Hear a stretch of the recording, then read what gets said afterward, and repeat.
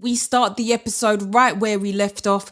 Michael is back with Dion, and of course she is absolutely in shock. She's scared. She don't know what's going on. She just literally saw the man disappear. He is shocked as well, and they realize that, yeah, something is definitely going on. Michael explains to Dion that he went to the future. He writes down the names of the people that future Michael let him know he needs to find now. We're going to see how all of this unfolds. Andre is back at home. Obviously, he is clearly shocked, but he makes sure he stashes that cash. Now we're with Rodney, who is trying to use his powers again, but it doesn't seem to be working on the streets of Edinburgh. Now he does meet someone that he manages to sell some weed to in exchange for some cash so that he can buy a ticket back to London. Next we see Sabrina. We are back just after the incident that she had with Kevin, and Sha has no sympathy for this man at all. In fact, I just realized as well, in episode 1, Sha took the people them Nando's. How she take the people that they was waiting for their delivery and Sha took their Nando's? Nah, I was busting up. But yeah, Sha is ready to get into those chips, and she lets Sabrina know that they need to get out of there. The police are on their way, and Sabrina hasn't got answers for questions that they will be asking.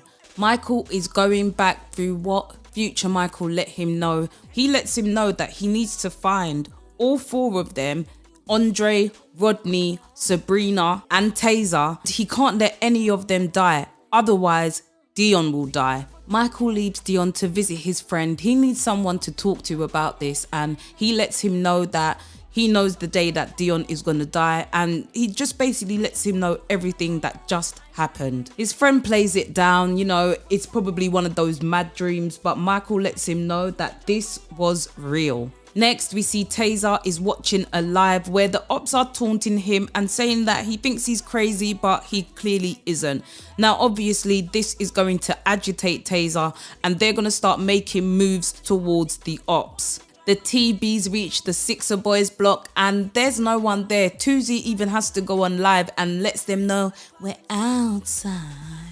They are there waiting, looking for the ops. They can't see them anywhere. That is when we see what appears to be a civilian. They're onto him, and just as they are about to beat up this poor lad, that is when Taser tells them to stand down. But that's when we see it is a decoy. One of the guys recognizes that boy as being in one of the music videos. Just as that guy is running around the corner, that is where we see all of the boys come out. That is where we realize that this was all a setup. They have been lured here, and this is an ambush. Now we can see that this whole thing has set up by Veronica. That is the girl that was messaging the Sixer Boys back in episode 1 when they were at the party, so you can clearly see whose side she is on. The Sixer Boys start chasing the TB lot, and that is when they get separated once again, and Tazer is left to fend for himself. This is where we see Tazer uses his power, which is where he is able to become invisible. He attacks some of the Sixer Boys, leaving them on the floor. His friend is in absolute shock, and that is where they leave the scene, but we can see that the CCTV camera has seen everything. Next, we are with Sabrina and Sha. Kevin is going to be all right, so there's no need for Sabrina to worry, but of course, Sabrina is worried. Now, she's so worried. This is the first time that she has called in sick, and Sha is even making it known like this is the first time and you're not even getting a promotion yet. But Sabrina, clearly her mind is on Kevin. Sabrina tries to explain to Sha yet again that she didn't touch Kevin. Obviously, Sha is in disbelief, and Sabrina tries to let her know, do you think I want to be saying this? But she's trying to explain to her what is going on.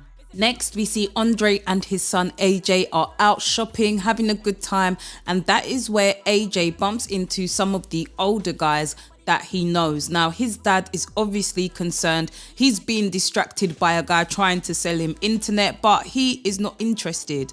Andre tells AJ to leave those boys, and he lets him know that those are the types of guys that will use him to sell their drugs and hide weapons, and he doesn't want that for his son. He insists that AJ deletes the number and they keep it moving. Next, we're with Rodney and Spud, and Rodney is explaining to him that he can run as fast as the speed of light. He ended up in Scotland. And obviously Spud is a bit skeptical about it, but Rodney is insistent that he can do it. As Spud makes his way into the job centre, we see that Rodney is about to get a ticket, and that's where his powers activate and he ends up in Brixton. To show just how fast Rodney is, he ends up making it back just in time before the ticket inspector can even issue the ticket, and keeps it moving. Back with Michael and Dion, Dion thinks that they should go to the police, but Michael lets her know that's not going to work, and even tries to divert the conversation to discuss the wedding, where Dion is like, it's very nice, but no, we're not going to do that. Whilst Michael's in the shower, we hear an announcement on the radio where they're looking for witnesses regarding the injuries of 5 people earlier.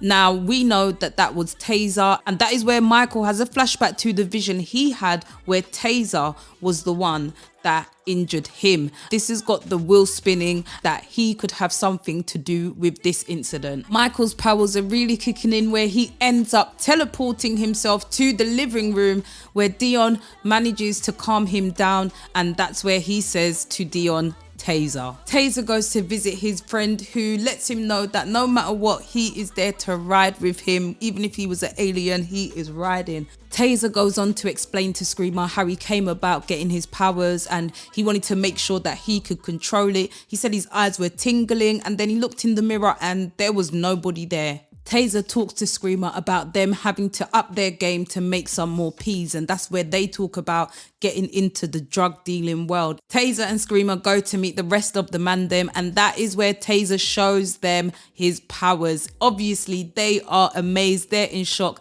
and Tiny has a lot of questions.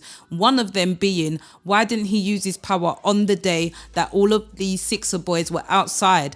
And Taser lets him know that he tried to control his power, but he just couldn't do it then. But now he's fully in control. The guys are discussing supplying on the op block. Now that they're out the way, Taser asks Tiny to line up some food with his connects. And Tiny is questioning this because this is a lot of food to move, but the guys insist, and Tiny makes the call. Back with Dion and Michael, they're taking some time out. You know, Michael's obviously tense about everything that's going on.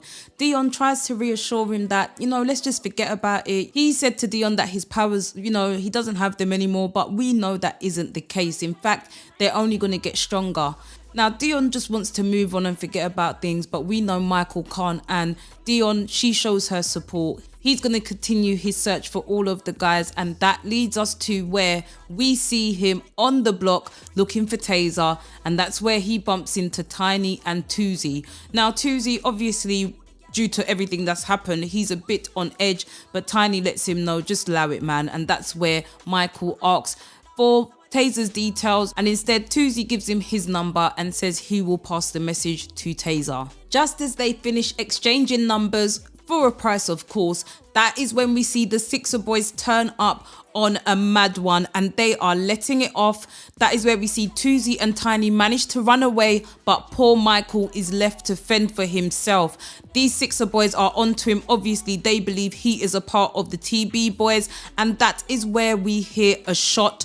But instead of seeing what happens, we see that there is a CCTV camera once again filming everything. We're now with Dion, and she has woken up alone in bed, and that is where she gets up to look for Michael and sees that he isn't there. But just as she enters the living room, that is where Michael is zoop back in the room. We can see he clearly has his powers. Dion even mentions, I thought you said your powers were gone. That is where we see in his hand there is the bullet.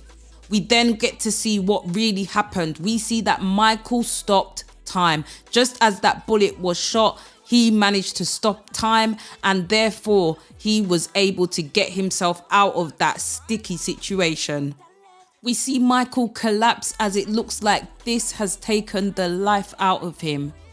The TB guys go to meet the Connect and things don't go to plan, as they thought that they had about 5 days to do this move, and the guy lets them know, put down my things, get out. But that is where we see they leave the door open, and yes, Taser is there on site ready to use his powers to steal what they need to steal. That is where he surprises Tiny by showing up in the car, and you can clearly see that Tiny is disappointed and a bit scared, because remember, he is the one that lined this up, so people are going to think that he set this all up once they find out that the product is missing. Back to Dion and Michael, who are both clearly shocked about what has just happened. Michael tried to explain to her what he just experienced, and Dion says that every time he tries to get near this Taser guy, it seems like it triggers his powers, and maybe if he stayed away from him, that would solve it. But Michael lets her know that this is something that is a part of him, and ever since he had that vision, you know, things have just changed. He knows that something different has shifted inside of him. Dion pleads with Michael to stay away, even mentioning the date 9th of July, which we know is the date that she is going to pass away. But she says, if you just stay away from the estate until then, you know, we know that you're going to be fine. And Michael, he knows really what that date means, but he still hasn't had the heart to tell Dion just yet. Michael reassures Dion that everything is going to be okay. And that's where we see him send a message to Tuzy, letting him know that he's going to be back on the estate and to please pass the message to Taser. Next, we see Taser and the man them are back on the block, and they are discussing everything that has just happened. Now, Tiny, you can see that he is upset.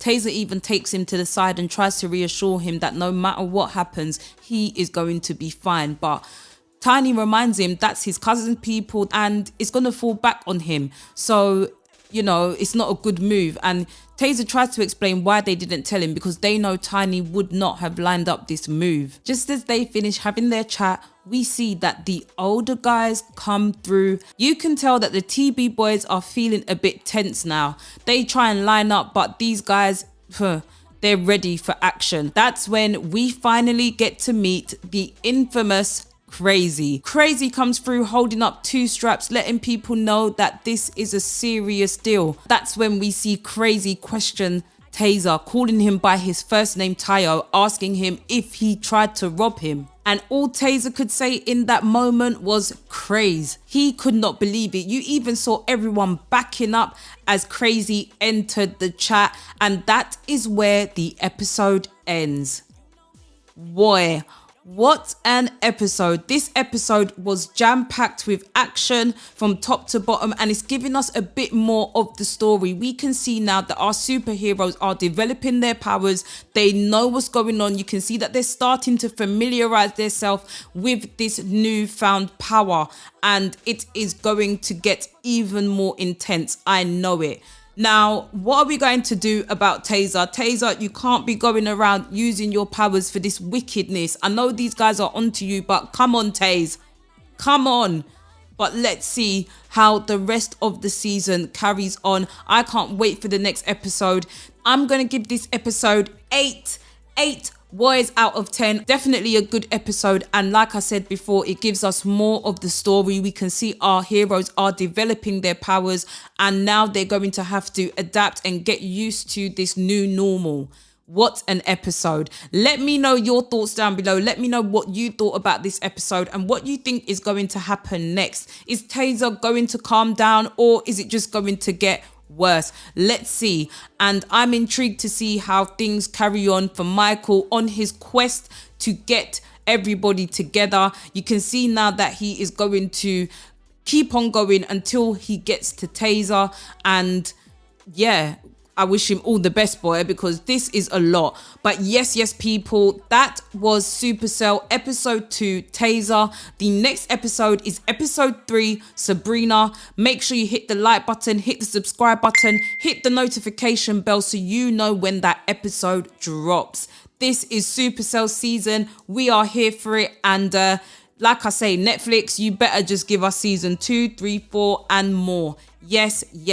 Please, if you like this video, make sure you share, let your people them know, like, subscribe, and all of that good stuff. But yes, people, I will catch you in the next Supacell review. Dunno, boy. top your foot